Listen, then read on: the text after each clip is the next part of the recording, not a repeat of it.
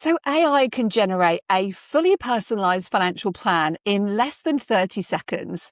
It can analyze spending patterns. It can predict cash flow. It can answer almost any technical money question that your clients might have, but faster and, on the face of it, cheaper than any human financial advisor. Now, some financial advisor firms that I've spoken to over the last 6 months have already started replacing entire back office teams. Others are using AI to do in 17 minutes what used to take an entire team of people a week.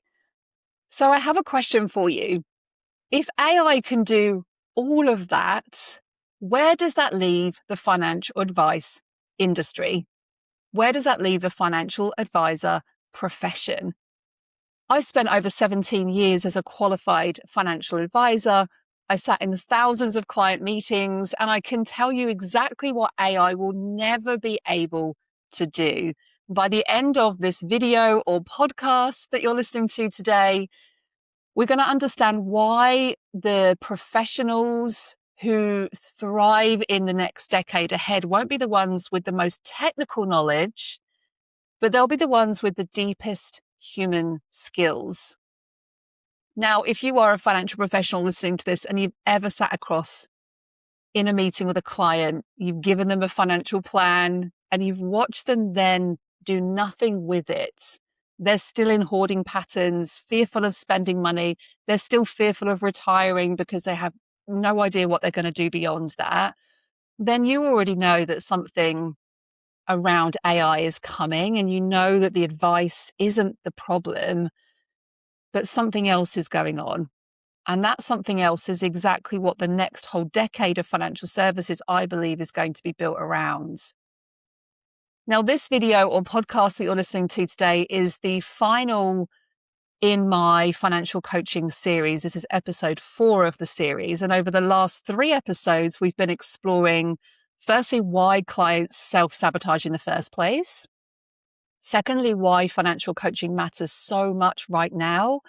And also in the 3rd episode, what financial coaching actually looks like in real life, sharing some of the framework that we teach inside our certified financial coach training. But today I want to just zoom out, because everything that we've discussed so far in this series, the patterns, the belief systems, the framework, it all becomes a lot more important when you can understand what's happening in the wider world of financial services right now. And it's happening so fast. I've been finding myself most recently helping clients to build out AI project boards. I've been helping them to use AI in a way that is cautious, not sharing personal data and information. I covered some of this in my AI series, which you can check out on my YouTube channel. But also there's a lot of mistrust still with clients reaching out for regulated financial advice. And I'm not going to sugarcoat this. I think the changes happening in financial services are very significant, but I also think they're very needed. There was one major wealth management firm that has recently transferred its entire account transfer process, and it's actually looking at how to also integrate behavioral work with AI into their practices. And I think there's a lot of opportunity here. And I also think that some firms are starting to replace paraplanners. One of the most important roles, I think, when you have been a financial advisor or you are a financial advisor, paraplanners are the ones who do all of the technical reports. And even paraplanners now are being replaced by AI and automations. So the preparation work that is being part of the financial advice journey is being used by AI and will be more so in the future, which I think is a great thing in many ways, because it takes away a lot of the admin tasks that can be quite laborious for a financial advisor and can detract from the actual real purpose of giving financial advice in the first place. The fact that AI can now generate personalized financial plans, it can monitor portfolios in real time, it can scan for compliance issues for the business, it can draft client communication. It's just getting better and better and better as we progress through this AI world. Now, multiple market research reports that I've been totally geeking out on this week are actually valuing the whole global financial economy around financial coaching close to $3 billion. And it's projecting that it will more than triple to $10.5 billion by 2033. So the world isn't just talking about the emotional side of money anymore. It's actually investing in it, which means that the question isn't whether AI will change your work, but it becomes more about the value when it does. Now, I ran a really fun experiment at a speaking event at the latter end of 2025. I do this on all of my speaking gigs now. It's really, really good fun. And I hold up two £50 notes and I ask for two volunteers in the audience to have this money. They get to take it away with them at the end of the day. Simple, right? Free money. Everyone wants free money, don't they? But what's really interesting about the experiment is that every single time I do it, the reaction is never straightforward. There are people who hesitate putting their hand up in the room. They might laugh nervously to the person sitting next to them. They'll look around to see if anybody else is going to ask first. And then when they take the £50, some people feel really guilty. Some people feel like they have to justify receiving the £50. Oh, so-and-so next to me nudged me. Some people are very joyful and accepting of taking that £50. And interestingly, always the men over the women are more comfortable to receive. These are just my personal observations. But there's a lot of research that goes behind how accepting we are of receiving money and then actually keeping hold of it. So there's another part of the experiment I do during my speech where I get that person to hand that £50 to somebody else in the room. And it's super interesting to see how they choose the next person. Some people want to very freely immediately give it away. Other people, you can see they're like, damn it, I shouldn't have put my hand up so quickly. I knew this was a test. I knew I wasn't going to be able to keep this money. And then this is where I think it gets really interesting. And think about this for yourself. How would you feel to just randomly be given £50 from a stranger? What would happen if you randomly found a £50 note on the floor in the street?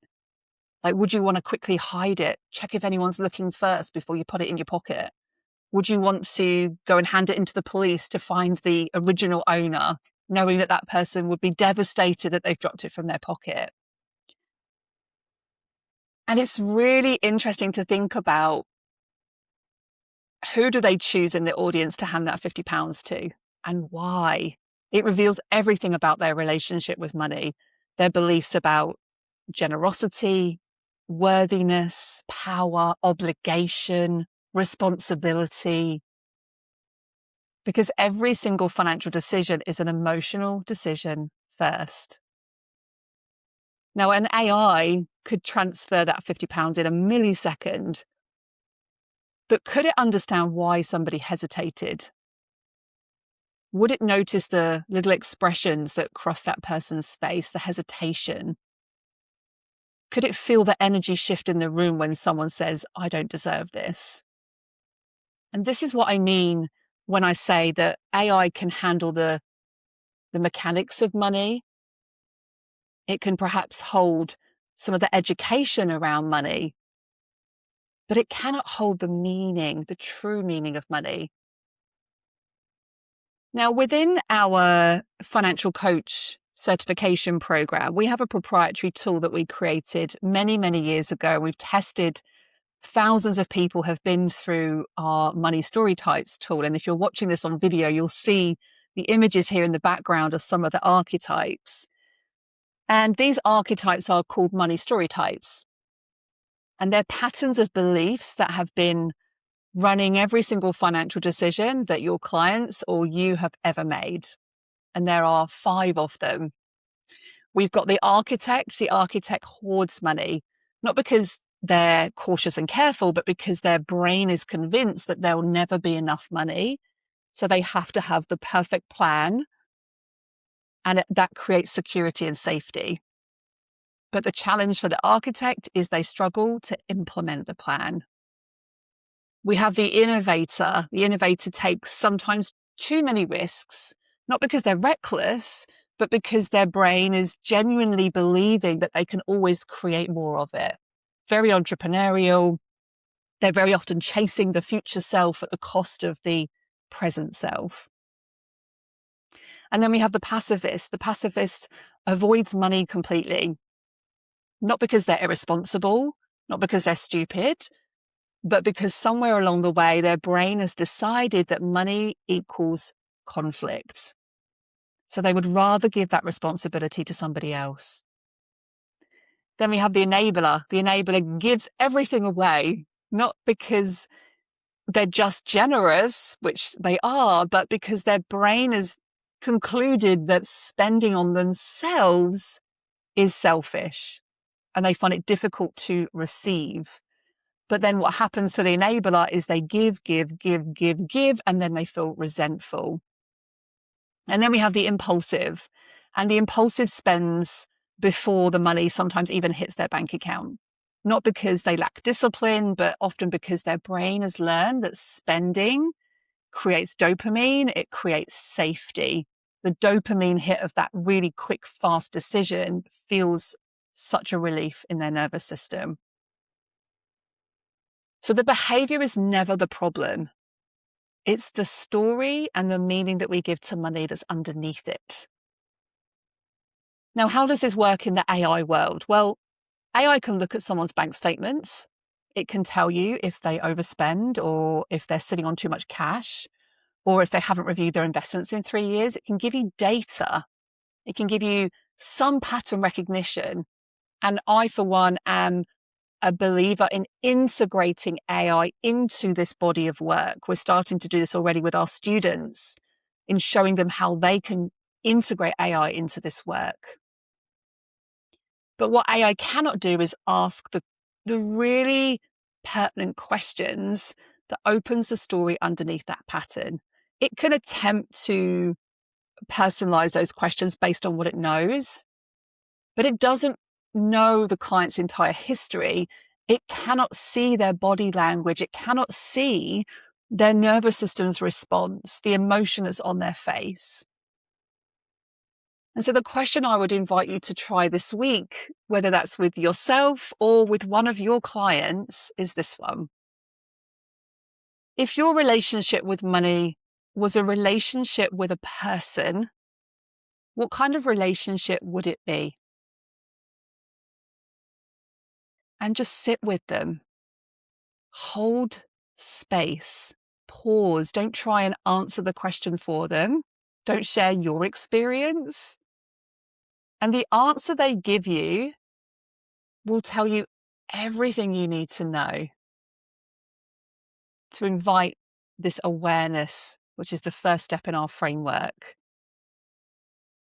And once you get to hear their language, we talked about this in episode 1 of this series, hear their language, invite in this conversation, that's when things can really start to get interesting. And I know that for many of you, you want to go deeper with clients with these conversations.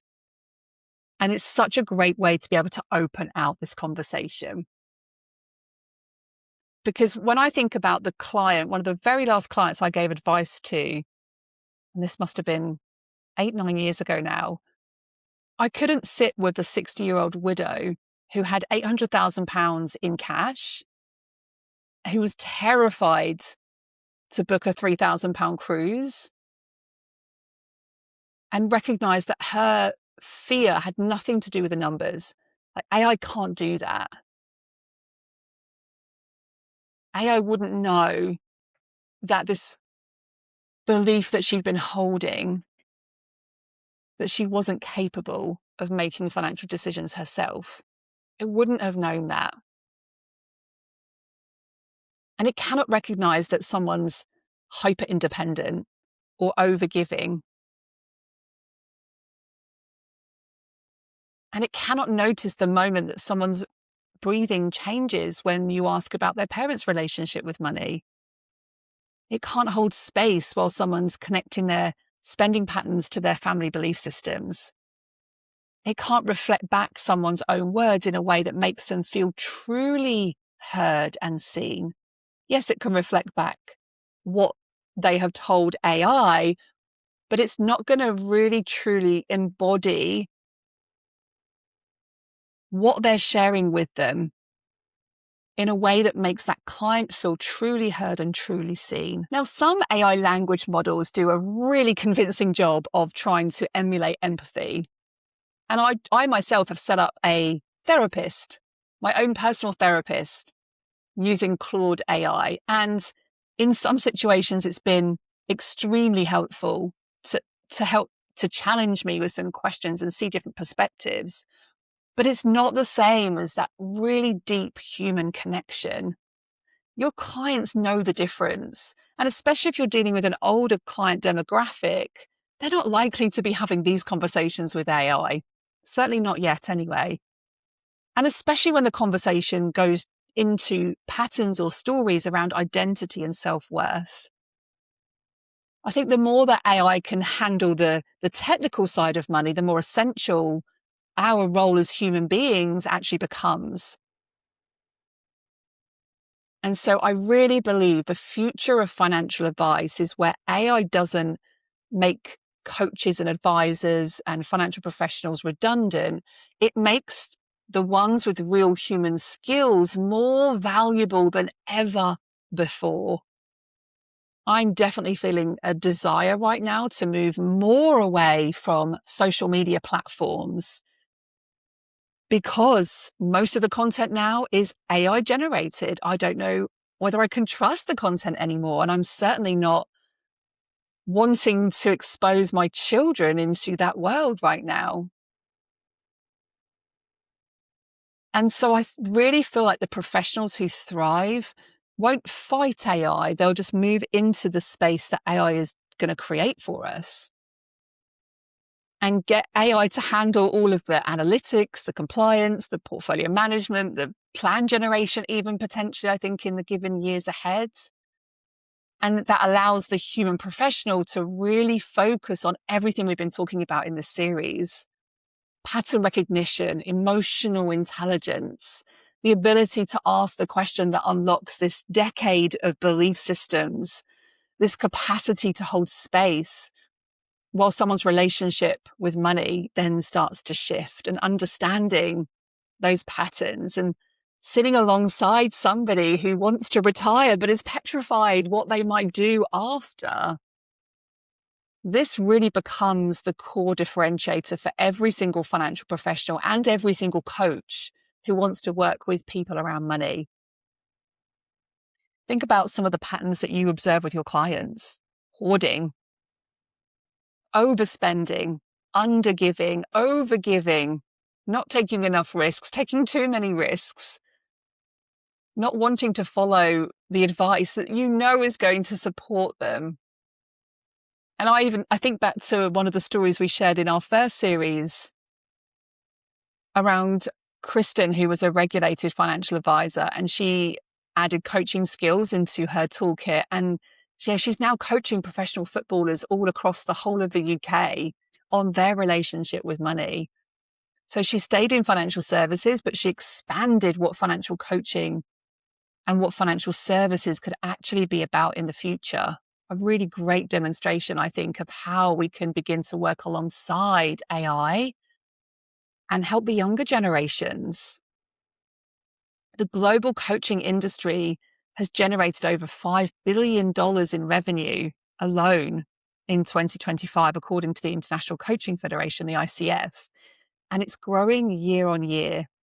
Financial coaching has been identified as one of the fastest growing specializations. And interestingly, the ICF, which is a very well-known body for coaches, also talks about that financial services firms are actively turning to coaching now, not for the technical answers, but to unlock this human skill that AI won't be able to unlock in the same way. So it's not just about the world needing new coaches. It needs people to understand the numbers and the emotional side. And if you are a financial professional, you've got the beauty of having both. I have to work regularly with AI using my financial advisor qualifications to correct it because it goes off and hallucinates, or it does a tax calculation that misses out a tax bracket. So having the skills of both puts you in a really, really incredible position. And I believe that is the future of financial advice, where more consumers are going to be able to trust advisors in reaching out who are going to support them in a way that they've never been supported before. Really diving into the emotional side, the embodied side, understanding that they will have guilt, shame, fear, anger, resentment going on underneath all of these money conversations. And if we're ignoring them and we're not skilled in a way to hold those conversations, I really believe that those financial professionals are going to be left behind.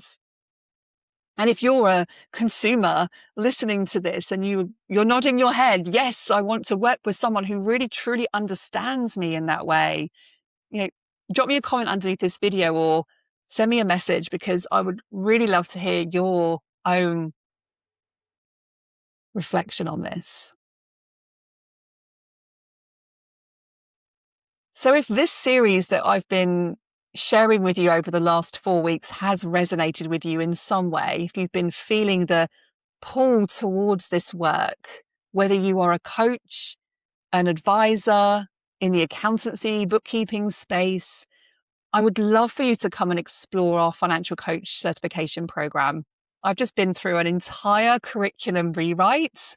I've spent the last 2 months rewriting and building and recording a brand new curriculum. And it is where everything we've covered in this series goes deeper. We go into the full 6-step money narrative clearing framework, the coaching questions for every single stage, how to identify those language patterns. We give you demonstration sessions, practice cohorts, and everything to fully integrate it into your body of work. And we go through this 5-arc journey, all the way through from roots, all the way through to real world. And actually start to do this with your own relationship with money first. Then you get to practice it and integrate it into your work with other clients. We've got over 160 coaches now that have been through this program. Coaches, therapists, financial advisors, accountants, bookkeepers, mortgage brokers, people from backgrounds that you may not necessarily expect. But they're all united by this same recognition that money issues aren't really about the money. They're about safety, identity, and all the stories that we inherit. So if you'd like to find out more, head over to our website, themoneypanel.co.uk. I'll pop the link in the description. And you can start to explore some of our graduate stories in there. You can watch some demo videos as well. I'll pop the link below this video as well for our coaching demonstration. And you can also download a free 59 coaching questions guide, which is a great tool to start using what you've been learning in this series. And over these 4 videos, we've covered quite a bit of ground. We've started off talking about Joan and this terrifying position that she was in of not being able to spend. We've explored why clients sabotage their own wealth. We've gone deeper into really why this work matters the most now. The identity shift, the mental health and stress shifts, the money connections, and why financial coaching isn't just a career move, it's a real response to what the world actually needs. We've walked through the 3 of the steps of the framework. We've talked about secondary gains and why patterns can be held onto for longer. And today I really believe that we've seen why all of this matters more than ever. Because in a world where AI can handle the numbers, our job as professionals is to understand the human story behind these numbers. Numbers can tell the story of what is, but your job is to help clients to write the story of what could be. And that is something that no algorithm is ever going to replicate. So if you have watched this entire series, thank you. I hope it has shifted something for you. And I hope you'll take one thing from it and use it in your practice this week. I'm Catherine Morgan. Thank you so much for being here, and I'll see you on the show next week.